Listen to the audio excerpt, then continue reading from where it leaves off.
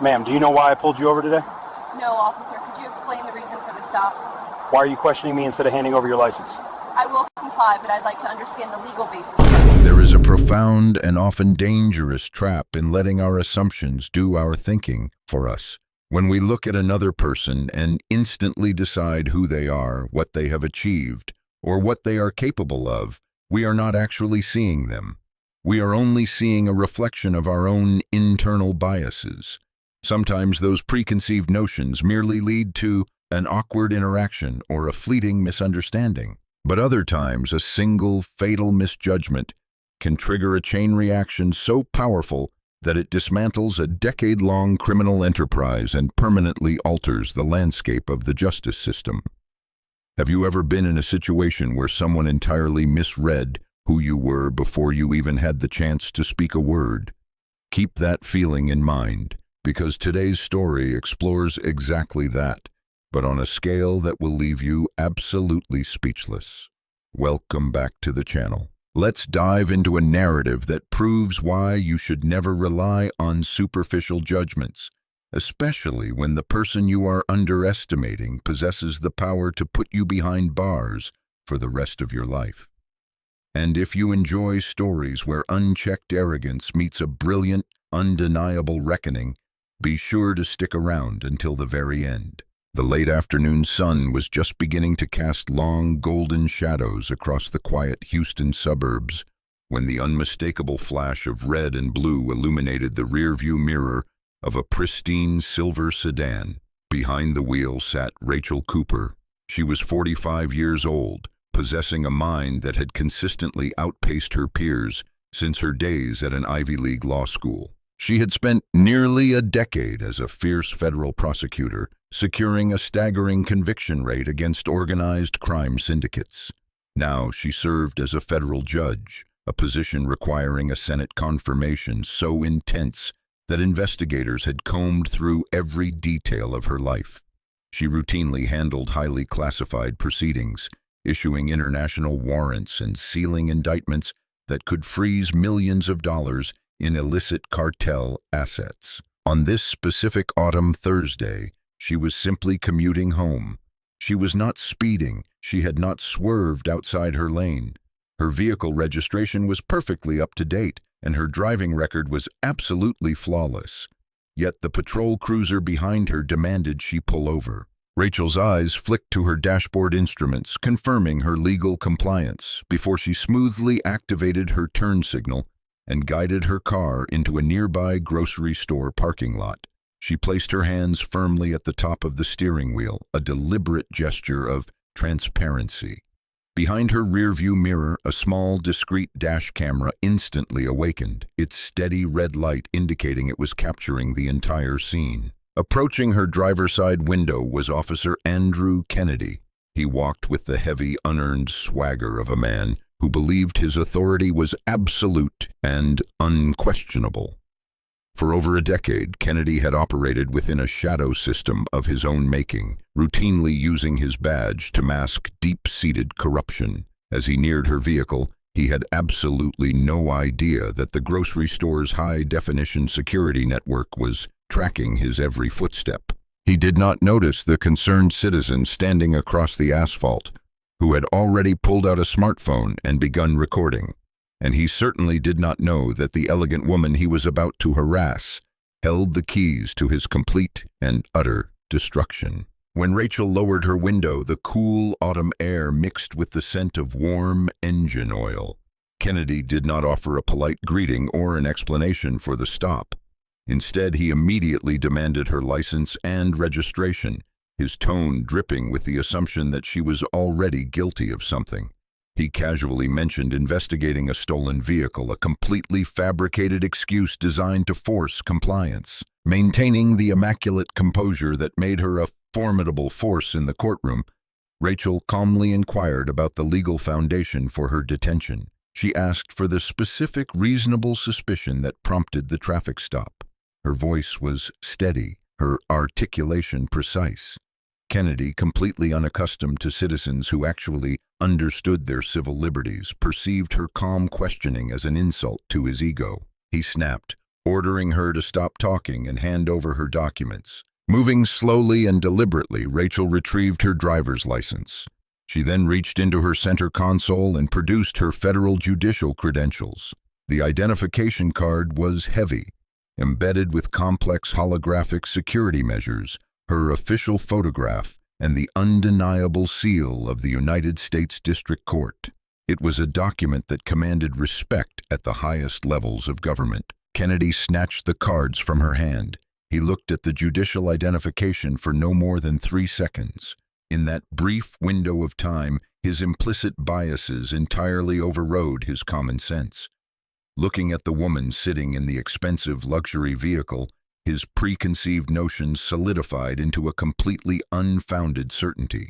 He quickly declared the federal credentials to be a fraudulent forgery. He assumed it was an elaborate scam, entirely dismissing the intricate security features staring right back at him. Rachel firmly but politely contested his assessment, pointing out the verifiable federal seals and reminding him that he still lacked any probable cause for the initial stop.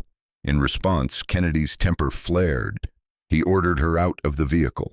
As she stepped onto the pavement, a backup patrol car arrived, driven by a younger, visibly uncertain deputy named Thompson. Kennedy loudly proclaimed that he had a suspect presenting fake government identification and that he was going to search the vehicle. Sitting on the passenger seat of Rachel's car was a reinforced, locked leather briefcase. As Kennedy reached for it, Rachel spoke with absolute legal clarity. She warned him, on the record, that the briefcase contained classified federal intelligence. She explicitly stated that opening it without a warrant constituted multiple severe federal felonies, and that she was formally invoking her constitutional protections against unlawful search and seizure. Kennedy completely ignored her. Driven by a toxic mix of adrenaline and arrogance, he retrieved a metal pry bar from his cruiser and violently forced the briefcase open, snapping the intricate lock. Inside sat 58 pages of highly sensitive classified documents detailing a massive multi-state cartel operation. Kennedy, believing he had found evidence of a sprawling criminal conspiracy that he could claim credit for uncovering, pulled out his personal smartphone. He began snapping photographs of the documents, page by page. He photographed encrypted communication logs, covert financial structures, and deeply embedded intelligence reports. What Kennedy failed to realize was that his phone was automatically syncing every single image to his personal cloud storage account. With every click of his camera, he was permanently embedding digital metadata, precise location coordinates and down-to-the-second timestamps into the files. Even worse for Kennedy, he was not reading the documents he was photographing. If he had, he would have noticed a specific page detailing the cartel's payroll of corrupt law enforcement officials. He would have seen a coded reference to a Houston area patrol officer who had been illegally selling police database information to the cartel for over 12 years. He would have realized that he was actively photographing his own criminal dossier. With his illegal evidence gathering complete, Kennedy roughly grabbed Rachel's arms. He forcefully clamped heavy steel handcuffs onto her wrists, the metal biting painfully into her skin, leaving dark red bruises. He shoved her into the claustrophobic back seat of his patrol cruiser. As the car rolled toward the local precinct, Kennedy felt a surge of triumphant pride. He genuinely believed he was a hero who had just taken down a master fraudster. He had no idea that Rachel's judicial team had already registered her absence at a mandatory, heavily monitored security check-in. He had no idea that federal emergency protocols were silently activating in the background. And he had no idea that the classified threat assessment he had just uploaded to his own cloud storage contained an active hit order from the cartel, marking an officer matching his exact description for immediate elimination because his usefulness had run its course. Sitting in the uncomfortable, hard plastic seat of the police cruiser, Rachel did not panic. She did not yell, nor did she shed a tear. Instead, her brilliant legal mind went to work. She began meticulously cataloging every single statute Kennedy had just shattered. deprivation of civil rights under color of law, unauthorized access to classified national security materials, evidence tampering, unlawful detention. Each violation carried devastating federal prison sentences. She was actively transforming her personal humiliation into an airtight prosecutorial weapon. Upon arriving at the station, Rachel was placed in a bleak cinder block holding cell that reeked of cheap cleaning chemicals. She sat on the metal bench, her suit wrinkled, her wrists throbbing, yet her posture remained impossibly straight. Her silence was deafening, a quiet storm brewing right in the heart of the precinct. Captain Victor Reed, a tired veteran of the force, eventually walked out to review the intake logs. He saw the confiscated federal ID and the notes about a suspicious briefcase. When he finally walked over to the holding cell, Rachel did not raise her voice. Speaking with the cold, measured precision of a legal surgeon, she informed the captain exactly who she was. She detailed the exact federal felonies his officer had just committed on camera. She then calmly suggested that the captain review the photographs Kennedy had taken on his personal device. Sensing a catastrophic liability, Captain Reed pulled Kennedy aside and demanded to see the images. As he scrolled through the photos Kennedy had proudly taken, the blood entirely vanished from the captain's face. He saw the classified watermarks. He saw the intricate cartel financial webs. And then his eyes locked onto the specific page outlining the cartel's plan to assassinate a compromised local officer, an officer whose operational details perfectly matched Andrew Kennedy. Kennedy had unwittingly photographed his own death warrant and handed it directly to his commanding officer. The cartel had already decided to sever ties, and this aggressive traffic stop had just accelerated their timeline. Reed's hands began to shake. He realized his department had not only unlawfully detained a sitting federal judge, but had also recklessly compromised an active national security investigation. Meanwhile, less than 50 miles away, the federal government was moving with terrifying speed. Rachel's judicial assistant had triggered the emergency alert system. Elite teams from the United States Marshals Service instantly tracked her secure phone signal directly to the grocery store. Within minutes, federal agents had secured the store's security footage from 3 different angles.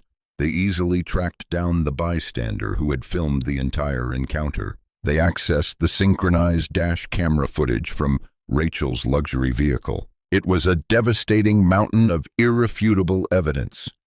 4 separate high-definition visual streams perfectly documented Kennedy inventing a fake reason for a stop, blatantly dismissing legitimate federal credentials based purely on his own misjudgment, destroying private property, and committing federal espionage by photographing classified intelligence. The marshals descended upon the local precinct like a tidal wave. They bypassed the front desk entirely, their federal authority rendering the local chain of command completely irrelevant.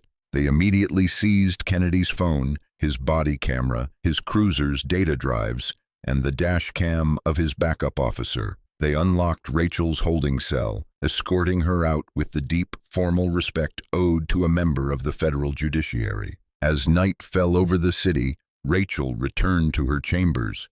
The red, swollen marks on her wrists throbbed, but her resolve was absolute. She picked up her secure phone and began making calls.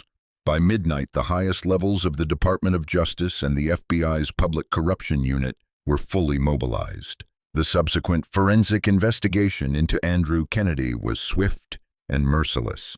Digital specialists ripped through his entire 12-year career, uncovering a horrifying pattern of institutional bias disguised as proactive police work. Data analysts reviewed his history of traffic stops and discovered massive statistical disparities. Over 12 years out of hundreds of stops, an overwhelming 88% targeted minority drivers, despite those demographics making up a significantly smaller portion of the local driving population. It was a mathematical impossibility that this occurred by random chance. It was a deliberate, targeted campaign fueled by deep-seated assumptions about criminality. The financial audit was even more damning. Investigators cross-referenced his unauthorized database searches with his bank records. They discovered a shocking correlation. Nearly every time Kennedy illegally accessed civilian records, a structured cash deposit would mysteriously appear in his hidden personal accounts.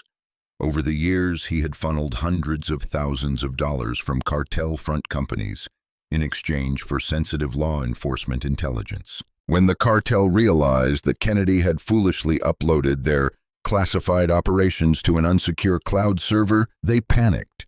Knowing the federal government was about to dismantle their network, they immediately burned their asset. Anonymous, highly detailed tips began flooding into FBI field offices.